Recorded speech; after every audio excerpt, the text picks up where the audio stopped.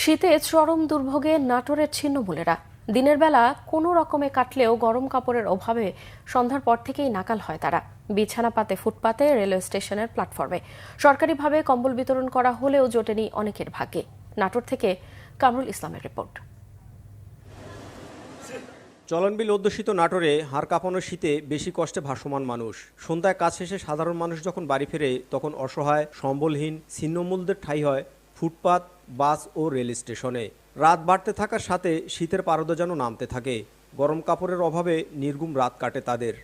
কদিন থেকে রোদ নাই বাবা, খুব আমরা কষ্টে আছি। এই শিশিরি বাতাস, আমরা বুড়া মাটা মানুষ কি করে বাঁচবো বাবা। গরিব মানুষ, আমরা কম্বল টম্বল কিছু কিনতে পারি না, গায়ে দিতে পারি না, যাওয়ার মতন কেউ নাই, শীতে মারা যায়। সরকারি বেসরকারিভাবে শীত বস্ত্র বিতরণ করা হলেও অনেকের ভাগ্যে তা জোটেনি এখনো। সহযোগিতার আকুতি তাদের। ঠান্ডা লাগে আমরা ঘুম পাড়তে পারি না, স্টেশনে বসে থেকে রাত কাটায়, ঘুরে বেড়ায়, কি করবো, আমরা কিছু নাই গায়ে দেওয়ার মতন।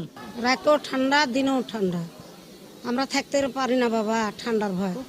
ছিন্নমূল সহ অসহায়দের মাঝে কম্বল বিতরণ চলমান রয়েছে বলে জানিয়েছেন উপজেলা নির্বাহী কর্মকর্তা। চলমান শৈত্যপ্রবাহ যেহেতু এখন চলছে এবং সামনে আমরা আরও কয়েকটি শৈত্যপ্রবাহ আশঙ্কা করছি, সেই ক্ষেত্রে আমাদের এই কম্বল বিতরণ যে কার্যক্রম সেগুলো যেভাবে চলছিল বিগত দিনগুলোতে সেভাবে চলতে থাকবে। যে উপজেলা প্রশাসন সার্বক্ষণিকভাবে এই বিষয়ে তৎপর রয়েছে এবং তার পাশাপাশি জেলা প্রশাসনও বিভিন্ন ছিন্নমূল এবং হতদরিদ্রের মধ্যে কম্বল বিতরণ করছে। শীত মোকাবেলায় সরকার ও বিত্তবানদের দিকে তাকিয়ে অসহায় শীতার্তরা। কামরুল ইসলাম, বাংলা ভিশন, নাটোর।